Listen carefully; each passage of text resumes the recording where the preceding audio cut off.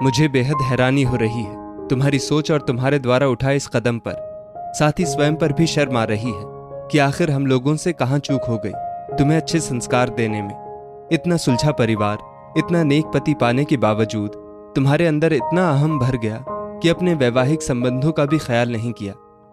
अपनी बेटी आकांक्षा से ये बात कहते कहते गिरधारी लाल जी कांपने लगे और निढाल होकर बिस्तर पर ढह गए। लेकिन पापा, ये मैंने आपके और मम्मा के लिए किया। पूछिए मम्मा से, मैंने इनसे इजाजत ली थी या नहीं इस बात के लिए। आकांक्षा गिरधारी लाल जी की स्थिति देख घबरा गई। वहीं उसकी मां रजनी का चेहरा सफेद पड़ गया। क्या? गिरधारी लाल जी का मुंह आश्चर्य और अवसाद से खुला का खुला रह गया। वो जी सुनिए।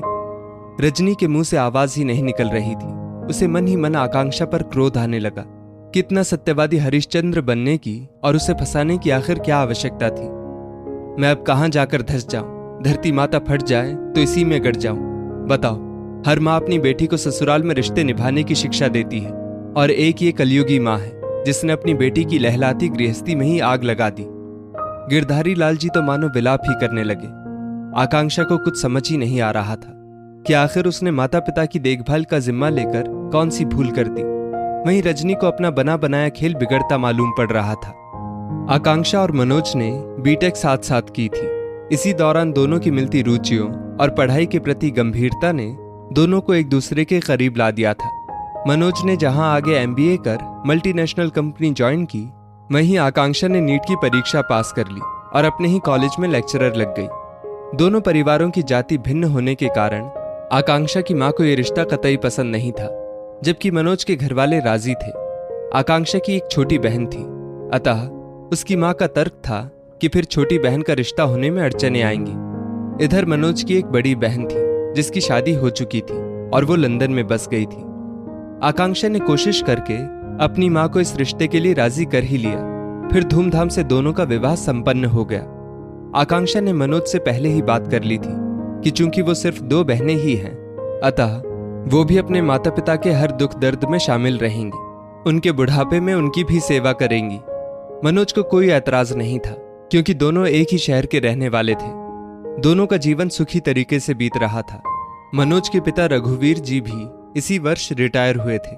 आकांक्षा अपनी सासुमां के सहयोग के साथ सुचारू रूप से अपनी कॉलेज की ड्यूटी कर रही थी, बल्कि अब वो वहां एक्स्ट्रा क्लास भी ले लेती क्योंकि उसे घर जल्दी जाने की कोई चिंता नहीं होती थी। घर पर सभी काम के लिए ससुर रघुवीर जी ने मेड लगवा दी थी ताकि काम को लेकर आकांक्षा को कोई परेशानी ना हो। रात का खाना चारों लोग एक साथ ही बातें और हंसी मजाक करते हुए खाते थे।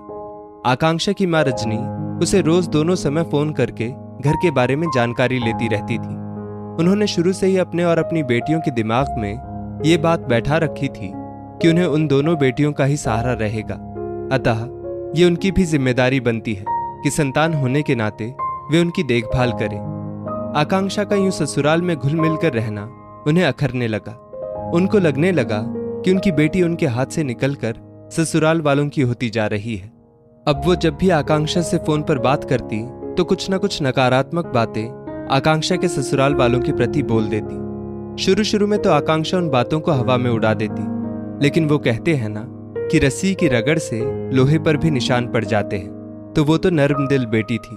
उसे भी माँ की बातों में सच्चाई नजर आती।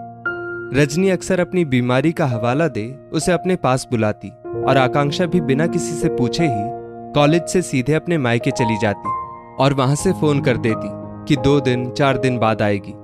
मनोज को कंपनी ने यूएस जाने का ऑफर दिया। ये सुनकर आकांक्षा खिल उठी। रजनी ने भी उसके सपनों को खूब हवा दी। जब आकांक्षा ने माँ को उनकी बीमारी का हवाला दिया तो वो तुरंत ही बोली, तेरी छोटी बहन सपना है ना, वो हमें संभाल लेगी, तुम तो बस विदेश जाने की तैयारी करो। लेकिन उनका सपना धरा का धरा रह गया जब मनोज ने माता पिता की वजह से वो ऑफर ठुकरा दिया। अब रजनी ने आकांक्षा के कान भरने शुरू कर दिए। देख अपने ममाज बॉय पति को, उसे तेरे सपनों की कोई चिंता नहीं। यूएस जाती तो वहां किसी भी कॉलेज में तुझे अच्छी जॉब मिल जाती, फिर तो तू हम लोगों के लिए भी बहुत कुछ कर देती। लेकिन मनोज को सिर्फ और सिर्फ अपने माँ बाप की ही चिंता है। आकांक्षा भी मनोज के इस फैसले से आहत थी। उसने मनोज से कहा, मनोज, हमने शादी से पहले ही तय किया था कि मेरे माता पिता के प्रति मेरी भी जिम्मेदारी रहेगी। मम्मी का स्वास्थ्य कुछ ठीक नहीं रहता, इसलिए मैं सोच रही हूँ कि मैं वहीं रहने लगूं। और वैसे भी तुम्हें मेरी या मेरी खुशियों की कोई फिक्र तो है नहीं, तो तुम अपने मम्मी पापा की सेवा करो और मैं अपने। ये सब सुनकर मनोज सन्न रह गया। वो प्यार से बोला, आकांक्षा, मुझे अच्छी तरह से याद है और तुम्हें ये फर्ज अदा करने से कोई रोकता भी नहीं है। तुम जब चाहती हो चली तो जाती ही हो, फिर यहाँ के प्रति भी तुम्हारा कुछ फर्ज है। दोनों मिलकर ही दोनों जगह की जिम्मेदारी उठाएंगे ना। इस जिम्मेदारी में हम दोनों की साझेदारी है। सिर्फ तुम्हारा ही फर्ज नहीं है सेवा करने का, मेरा भी है।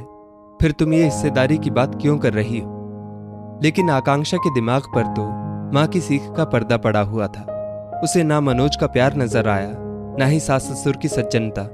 वो अपने पीहर रहने के लिए चली गई। रघुवीर जी और धानी जी को तो कुछ समझ ही नहीं आया।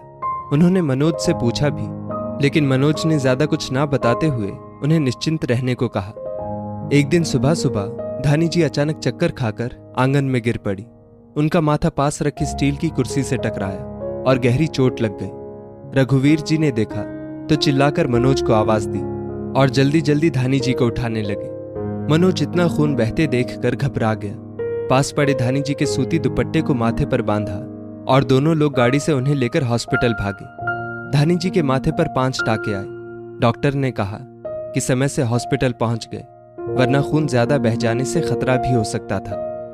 मनोज ने ऑफिस फोन कर सारे हालात बताकर छुट्टी ले ली। उसने आकांक्षा को फोन किया तो आकांक्षा बोली, मनोज, मैंने तो तुमको बता ही दिया है कि दोनों लोग अपने अपने पेरेंट्स की देखभाल करेंगे, क्योंकि तुम्हें तो मेरी व मेरे पेरेंट्स की कोई फिक्र है नहीं। मम्मी जी का ख्याल अब तुम ही रखो, मैं नहीं आने वाली। उसकी इसी बात को गिरधारी लाल जी ने सुन लिया था। वो बेहद आश्चर्य से भर उठे कि आकांक्षा आखिर किस लहजे में दामाद जी से बात कर रही है। पूछने पर आकांक्षा ने धानी जी की चोट और हॉस्पिटल में होने के बारे में बताया और फिर माँ से हुई सारी बातें बता डाली।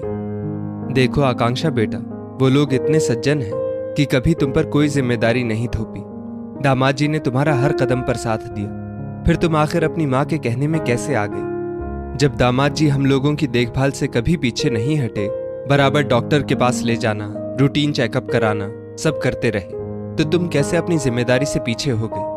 दाम्पत्य जीवन को सुखी बनाने के लिए जाने कितने समझौते करने पड़ते हैं, लेकिन तुम्हें तो कहीं कोई भी समझौता नहीं करना पड़ा।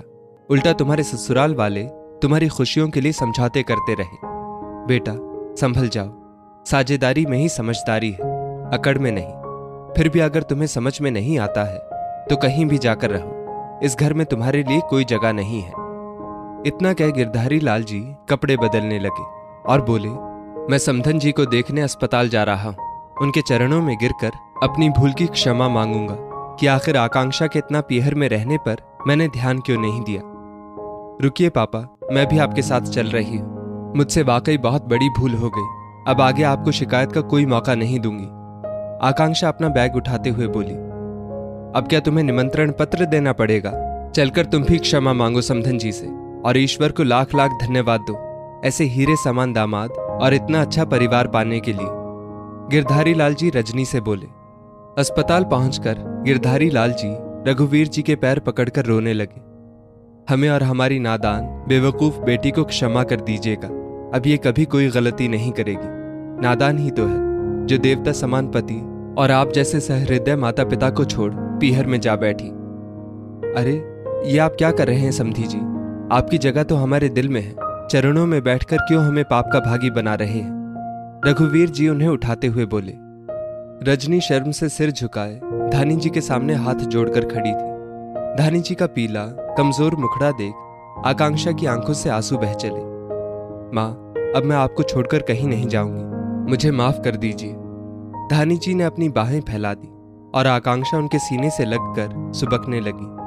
पापा जी, मम्मी जी, आप लोग भी हमारी ही जिम्मेदारी है और इन रिश्तों को निभाने में हम दोनों पति पत्नी बराबर के साझेदार हैं, मनोज ने कहा। रघुवीर जी की आंखों में अपने बेटे के सुसंस्कारी होने का गर्व झलकने लगा और गिरधारी लाल जी असीमित आशीर्वादों से उसे अभिसिंचित करने लगे। दोस्तों, अक्सर ही माएं अपने स्वार्थवश अपनी ही बेटी की खुशहाल जिंदगी में जहर घोलने लग जाती है। बेटियों के मन में भी ये भावना रहती है कि मेरी माँ है तो मेरा कुछ अहित तो नहीं ही करेंगी। और उनकी बातों का अंधानुकरण करने लग जाती हैं, जबकि उन्हें भी कुछ अपने विवेक से काम लेना चाहिए। इस स्टोरी को लेकर आपकी क्या राय है, नीचे कमेंट करके ज़रूर बताइएगा। और ऐसी ही और भी बेहतरीन वीडियोस के लिए हमारा पेज ज़रूर फॉलो करें। धन्यवाद।